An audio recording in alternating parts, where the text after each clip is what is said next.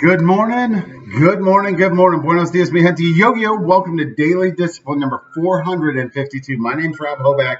Happy that you're here. Honored and humbled that you keep coming back like for reals. Hey, it is a snowy, savage Saturday up here in Northeast Oklahoma. It's a work day because there are no days off. Certainly not on a savage Saturday, but it's time to go, so let's do this. First things first, always the realist. Still the realist. Also a coach. Coach of a winning basketball team, won a game today. Sissy's team won their first game, and it was awesome. I mean, a couple things that I have to share with you. Number one, here in Oklahoma, we do the thing where before the game and the teams come around, they all hold hands and they say, okay, all right, who's going to say a prayer? And I was ready for it, right? I was ready for everybody to defer, which kind of cracks me up because everybody's, like we're in the Bible Belt here, right? Like everybody's got this personal relationship with Jesus, but like, hey, can you lead a prayer in front of a bunch of kids? I was like, I don't know. Like, I'll pray, right? Because I believe in God.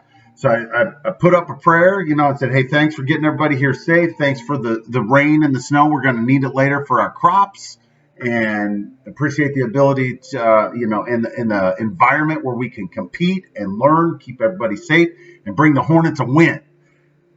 Amen. And everybody looked at me and I'm like, hey, you guys had an opportunity to pray too. I took it and I asked Jesus for a win for us.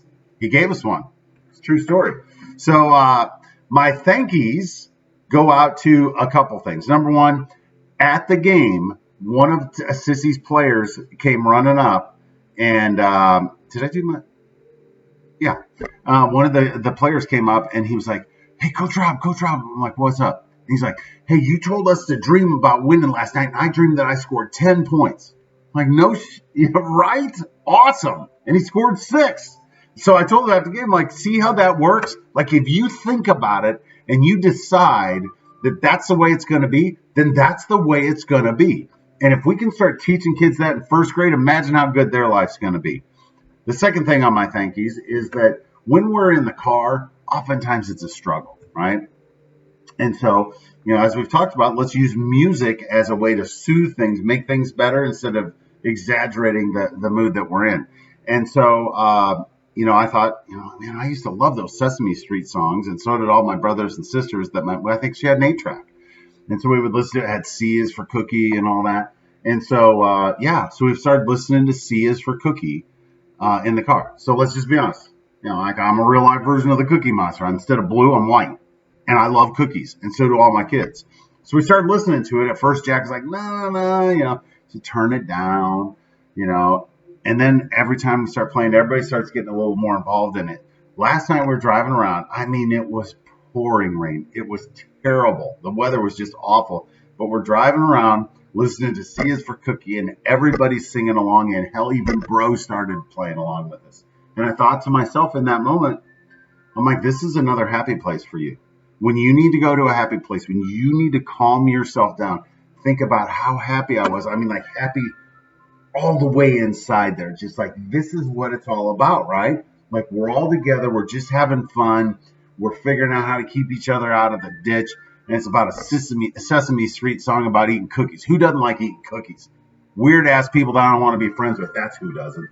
Anyway, I'm thankful for that. I'm thankful that it's snowing here in Northeast Oklahoma because my kids love it, so it's going to be fun for them. And I'm thankful that that Sissy's team got their first win, right? I feel like from here on out, it's going to be a different experience because now they know they can win.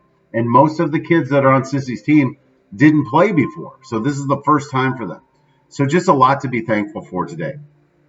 So we'll wrap this up. The thought of the day is run that back, Turbo. We're going to talk about what we learned this week. In no particular order, right? Number one, find your people, right? Just find your people. I was doing prospecting, so I ended up talking to a bunch of people. I was able to, last night, call one of my people, the Irish Tornado, who told me, like, I don't know, this is probably 15 years ago. I remember him telling me, he's like, man, good time. Because he called me Good Time Charlie. He's like, good time. We had a big weekend. I'm like, oh, yeah, what's that? And he's like, my youngest was able to get in the car and put her seatbelt on without any help. And I'm looking at him like, that takes like 2 seconds. He's like, oh, no, you don't understand. When you're the person who has to put the seatbelt on for that kid every single time for their entire life, times 3, when the third one is able to put their seatbelt on, that is a big moment. And I'm like, Oh, okay, that makes sense. And then last night, it really made sense because we got in the car and Jack, who now wants to be called good boy most of the time, got in the car and he's like, no, no, I do it. And he proceeded to do his seatbelt by himself. I mean, we're talking 2 latches down in the bottom and 1 on the top.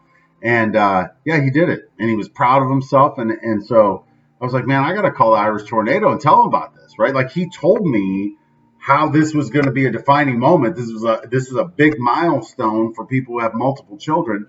And then when it happened, I'm like, I got to call and tell him. And he answered the phone. We had a great chat with him. The Irish Tornado is one of those people to me that it doesn't matter how long it's been between the last time I talked to him and the next time I talked to him. It feels like I just saw him yesterday, and I love him and I miss him. He's my brother. And yeah, he's one of my people. Find your people, stay in contact with your people, keep in contact with them. You don't have to sit around, and we all do it, right? We get this head trash, like, well, I haven't heard from them for a while, and this and that. Stop it. Pick up the phone and call somebody. Call them. If you love them and just call them. And if they don't call you back, that's on them. Hell, just keep calling if you want to. Happy birthday, Addie. It's her birthday week, right? So her birthday was last Saturday.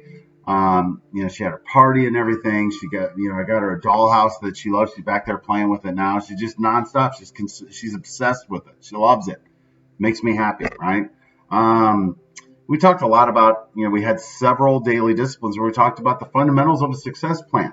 Again, coming from a guy who didn't have a plan until a couple of years ago, like just floating aimlessly through life, just show up, right? And, I don't think I'm being too hard on myself. I just didn't know. You don't know what you don't know, right? And now that I do know, it's obviously things are much better now. It's like, okay, so I'm going to teach the next generation. I'm going to teach my kids, make sure that they're prepared. And if some people can't do this, and when I say this, it's all the stuff that I have hanging up. It's like my success plan because that's what I like. I have OCD. Like I started asking questions, well, what about this and what about that? It's all right there, right? If that's too much, have one word. Got that from Aunt Jen, right? She's like, I need one word. I told you my word, freedom. By the end of 2020, I want to be in a position where I make the decisions of what I do. I don't want to have to go to work somewhere. I don't want to have to call this person. I don't want to have to. There will always be some of that. But if I've been diligent, if I trust the process, if I trust my gut instinct, if I do all of those things, I will be free. I will work myself into freedom. So thanks for that. One word. That's all you need. Just one word. Now you can take that one word and you build a whole plan around that word, but really all you need, one word. And then the other thing is, I think I mentioned this yesterday. Just watching some documentaries with Sam. I watched some other documentaries this week. And every documentary of every successful person, entity, anything, always talks about the same thing. And it's this: you can't give up, right? You can't give up, because if you give up, it could be the last failure you needed to go through before you taste success. And so you just got, and if you think you can't take it anymore, take a minute, rest, but get back up and try again. Don't ever give up. With that, we're done, Sissy. You gonna show up and you're gonna lead us through this? Sure. Ready? Hands up. Peace out. We're better together. Darn right we are. We'll be back tomorrow on a Sunday fun day. We'll see you then. Deuces. Love you guys.